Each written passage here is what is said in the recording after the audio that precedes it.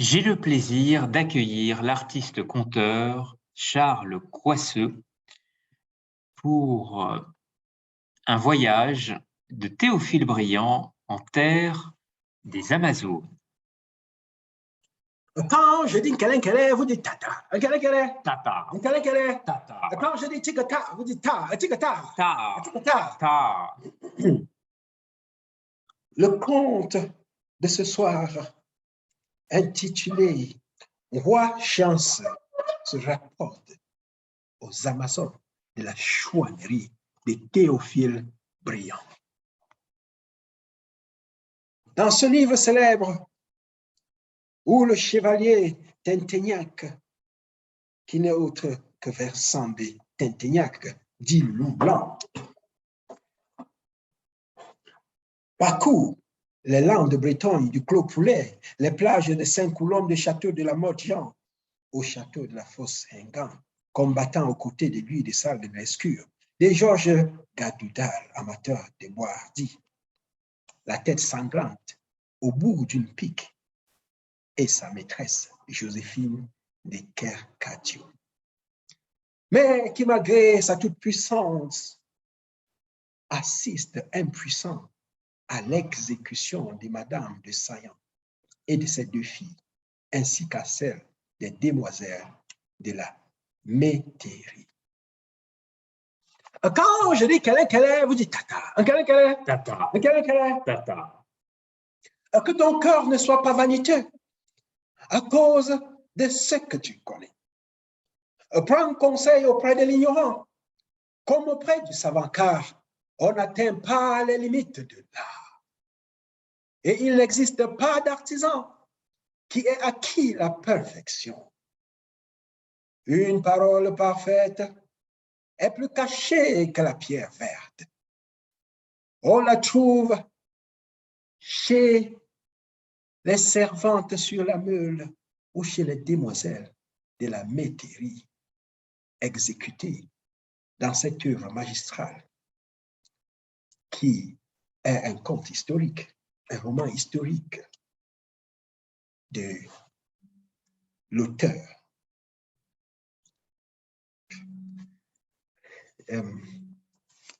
Pardon.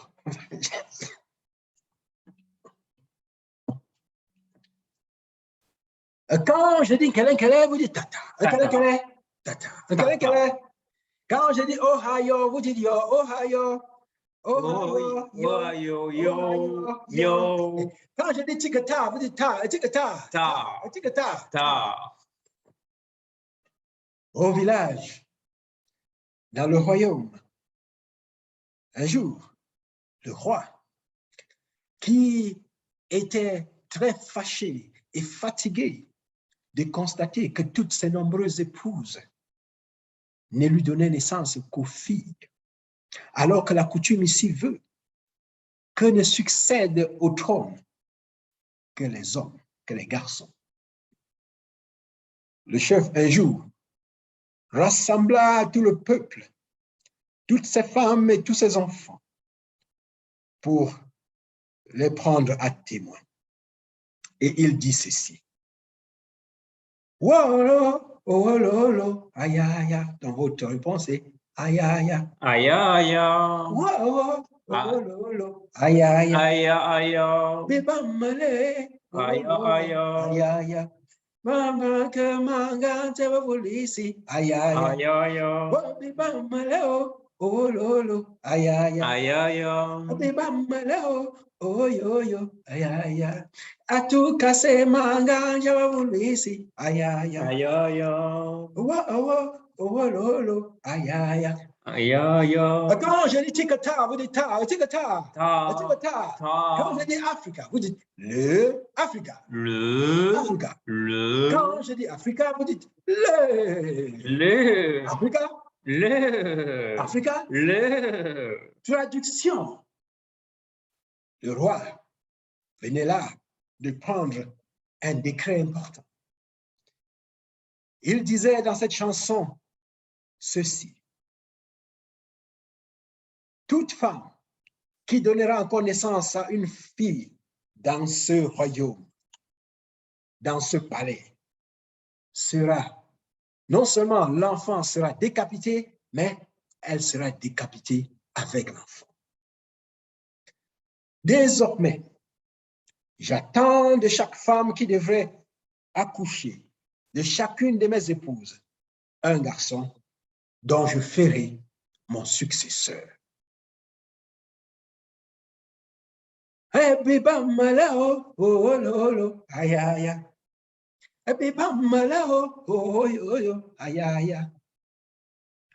je dis qu'elle est, vous dites tata. Quelle est? Tata. Tata. Ainsi, le chef ayant décrété une telle chose, on fut surpris de constater qu'il n'y avait plus de naissance à la chefferie. Plus aucune femme n'accouchait. Et des semaines passèrent, et des mois passèrent, et des années passèrent. Plus aucun accouchement dans la chefferie. Et un jour, un des responsables du village et des notables vint voir le chef pour lui dire qu'il a la plus belle femme du village qu'il voudrait lui faire épouser et que celle-là s'était garantie qu'elle devrait lui donner le garçon tant recherché. Et c'est ainsi qu'on prit une jeune fille appelée Ngosso. On l'amena à la chefferie et celle-ci épousa le chef. Et c'était la grande fête au village. Et quelques mois plus tard, on vit le ventre de la jeune dame de Ngosso Ngwasha commencer à gonfler. Et le village fut réjoui. On organisa la fête. On s'est réjoui parce que le chef, enfin, allait avoir le successeur tant attendu. Mais, n'étant pas sûr d'elle, quand les 9 mois arrivèrent, de nuit, Washie, la jeune épouse, alla de l'autre côté du village, dans le village voisin, elle traversa le pont. Et toute seule, de nuit, elle donna naissance à sa fille. Toute seule, elle coupa le cordon. Toute seule, elle lava son bébé. Toute seule, elle langea son bébé. Elle l'habilla. Et quand elle eut tété son bébé, elle la déposa sous une bananière. Et devinez quel sexe fut l'enfant, bien sûr, une jolie petite fille. Donc, la jeune épouse du roi avait bien raison de ne pas se mettre à risque. Mais lorsqu'elle eut fini, elle prit les feuilles sèches de bananier qu'elle emballa en boule et mit dans son habit pour garder l'apparence d'une fille enceinte. Et elle retourna chez elle. Et chaque jour, elle traversa le pont, elle traversa la rivière pour aller dans le village voisin où elle avait déposé son enfant.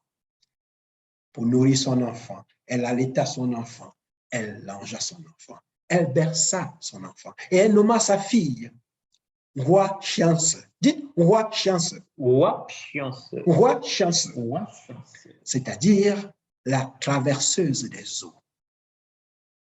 Parce qu'elle avait traversé les eaux pour aller dans la contrée lointaine accoucher sa fille. Et elle la berça ainsi. Oula, oula, oh, oula.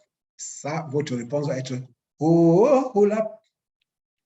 Oh, oula. Oula. Oula, oula, oula, oula, oula, oula, oula, oula, oula, bois chance, oula, oula, meyondo, oula, oula, oula, oula, oula, oula, que pas, oula, manze, oula, oula, oula, oula. Quand je dis qu'elle est, vous dites tata. Quelle est? Tata. Tata. Ainsi, chaque jour, la jeune épouse du roi, de qui on attendait toujours la naissance d'un enfant, elle traversa le pont pour aller nourrir son enfant. Chaque jour, elle prit sa corbeille pour aller comme si elle allait au champ, mais elle allait nourrir son enfant. Et de temps en temps, elle mit l'enfant sous le bananier. Et de temps en temps, elle mit l'enfant sous le prunier lorsque ce n'était pas la saison de récolte des prunes. Elle mit l'enfant sous le manguier quand ce n'était pas la saison des mangues. Elle mit l'enfant un jour sous un palmier. Et le lendemain, très tôt le matin, un homme arriva. Un homme qui s'appelle Ndengha. Dites Ndengha. Ndengha. Ndengha, c'est le vigneron. Ndengha, le vigneron, arriva et s'est mis à creuser le trou. Parce que par ici, pour vigner du vin de palme, on fait un petit carré, un petit trou sur le tronc de l'arbre et on fait un petit pansement sur le trou où on met la tête d'une bouteille qui va recueillir le vin pendant toute la nuit. Et ce matin-là, Ndengha arriva avec son petit couteau. Il s'est mis à cogner.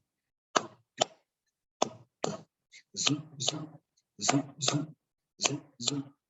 Ça, c'est votre part. Donc, forcément, zou, zou, zou, zou, zou, zou, zou, zou. Et la voix de la petite fille. Zou, zou, et la voix de la petite fille s'est mise à zou, zou, zou, zou, zou, zou.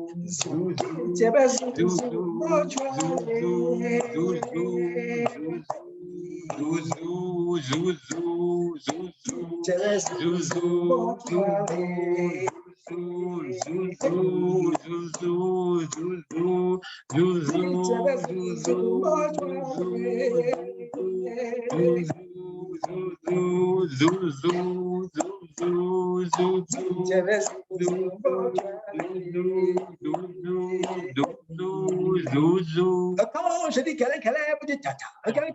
Tata. Tata. Traduction. La petite voix chanceuse disait, en entendant le vigneron cogner sur cette plante sous laquelle elle se trouvait, en cognant ton zouzou, fais attention à ma tête, parce que je suis une princesse du village voisin. Et le vigneron, curieux, contourna l'arbre et trouva la jolie petite fille, bien longée, et la porta et l'emmena chez lui. Et c'est ainsi que l'enfant va grandir chez le vigneron dans le village voisin. Mais retourner au village où on attendait toujours la naissance de ce garçon, ce fameux garçon qui allait être successeur. Le roi qui avait pris de l'âge. Et comme on était déjà passé à plusieurs années de grossesse sans naissance, un jour, comme on l'attendait, le chef passa du fit à trépas. Le roi mourut. Et alors là, on ne pouvait plus attendre. Parce que ici, par ici, les coutumes veulent que lorsqu'un roi meurt, on ne peut plus pratiquer ses activités normales d'agriculteur au village. On ne peut plus utiliser une roue pour faire ses sillons. On ne peut plus utiliser une machette pour couper quoi que ce soit dans le champ, jusqu'à ce que le nouveau roi soit intronisé. Alors, les notables tinrent un conseil et se décidèrent que, puisque le garçon refusait de naître naturellement, ils allaient carrément ouvrir le ventre de Wash, l'épouse, la jeune épouse de qui on attendait le petit garçon successeur. On allait carrément ouvrir son ventre pour sortir l'enfant. Et le jour fut fixé, et de nuit, Wash, aidé par les autres femmes du royaume, sortit discrètement du royaume et disparut. Mais le lendemain, lorsque les notables ne trouvaient pas cette dame, ils décidèrent d'exécuter tous les complices. Et c'est ainsi que plusieurs femmes furent exécutées au village. Et ceci révéla toutes les jeunes filles du village. Et les jours passèrent. Maintenant, il fallait trouver une solution au successeur, à la succession. C'est ainsi que un jour, on prit le grand tam-tam géant qui montait jusqu'à 3, 4, 5 mètres de hauteur. Et on amena chaque garçon du village à aller taper sur le tam-tam. Parce que lorsque le chef meurt au village, la coutume aussi veut qu'il ne tombe plus de pluie. Et comme il ne tombe pas de pluie, il ne peut pas avoir de semences. Comme il ne tombe pas de pluie, il ne peut pas avoir de récoltes. Et ça faisait déjà quelques années que les gens étaient restés sans cultiver. La famine faisait rage au village. Et les notables se disent que peut-être que parmi les garçons du village, on aurait peut-être un enfant du roi qui accidentellement serait né d'une femme qui n'était pas parmi les épouses. Et c'est ainsi qu'on fit passer le test. Et le test était que chaque garçon allait monter sur le tam-tam géant et taper le tam-tam géant. Et lorsqu'on tape le tam-tam géant, si vous êtes le successeur, alors la pluie va descendre sur le village. Le village va redevenir normal. On pourra vous considérer comme le successeur et on pourra continuer les activités agricoles. C'est ainsi que tour à tour, chaque parent envoya son fils taper sur ce tam-tam géant, mais rien ne changea. La sécheresse fit rage. La sécheresse faisait rage au village. Jusqu'à ce que, un jour, certaines des filles qui étaient au parfum de ce qui s'était passé avaient watché, sortir du village et allaient quand même inviter le vigneron à venir avec celle qui était désormais sa fille. Mais celle-ci s'habilla comme un homme, bien masqué, avec un chapeau. Personne ne pouvait voir si elle avait des seins ou des apparences d'une femme. Et elle arriva. Et puisqu'on avait testé tous les garçons du village, on avait décidé de tester aussi les garçons des villages voisins. C'est ainsi qu'on mit la jeune Guachance, la traverseuse, parmi les garçons. Et elle vint comme un garçon. Mais lorsque ce fut le tour des Guachance, après de longues années d'attente, elle monta sur l'étagère qui mène au tam-tam géant. Mais à peine avait-elle soulevé sa main que le ciel se noircit de nuages. À peine commença-t-elle à descendre sa main que le tonnerre gronda, que les éclairs éclatèrent. Et à peine avait-elle touché le tam-tam géant qu'une pluie diluvienne descendit sur le village, sur les youyous et la grande joie de tous les villageois. C'est ainsi qu'on fixa donc le jour de l'intronisation. La paix, la pluie était revenue sur le village, la paix était revenue, il fallait juste le jour pour installer le nouveau roi, que dis-je, la nouvelle reine. Mais jusque-là, les villageois ne savaient pas encore que c'était la jeune fille Guachance. Puisque personne n'est roi, on l'emmena donc dans le cercle qu'on appelle l'Akam. Dites l'Akam. L'Akam. L'Akam. L'Akam. L'Akam, c'est donc le cercle d'initiation à l'exercice du pouvoir, où on vous apprend, comme disait Kagem, que l'État a été inventé par Dieu pour protéger les faibles contre les puissants. Et ceci afin de faire de vous un roi juste, un roi équitable. Et c'est ainsi que lorsqu'on arriva au Lakam, lorsqu'on décida de changer les habits de ce prodige qui avait ramené la pluie au village, on s'est rendu compte que c'était une jeune fille.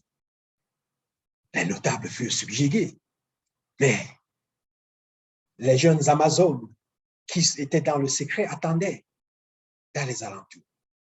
Et c'est ainsi que les notables hommes sortirent et laissèrent place aux jeunes femmes qui allaient donc habiller leur roi, leur reine, que dis-je. Et c'est ainsi que le jour, après la formation, le jour de la célébration, Guachance sortit avec ses propres costumes. Et le public fut d'abord confus, mais le notable qui annonce l'arrivée du chef dit déclara, « Je vous annonce l'arrivée de notre nouveau roi, mais que dis-je, de notre nouvelle reine, accompagnée des notables que sont les Amazones. » Et c'est ainsi que le combat fut terminé au village. C'est ainsi que désormais les femmes, aussi fortes que les hommes, pouvaient hériter du trône. Et c'est ainsi que les Amazones honorèrent leurs semblables, jadis décapités, pour n'avoir pas donné naissance à un garçon. Voilà comment nous rejoignons l'histoire de Théophile Briand, les Amazones de la chouannerie, avec ce conte de Roi Chance, la traverseuse. Et la fête fut belle au village, et tout le monde chanta. Alors, votre réponse est alors, Allô, allô. alors, Allô, allô. alors, Amazone, alors, Allô, allô. alors, Allô, allô. Bonjour, Cane, maman, t'aime you. Allô, allô. Quand je dis quelle vous dites tata. Quelle Tata. quelle Tata. Merci, l'histoire se termine ici.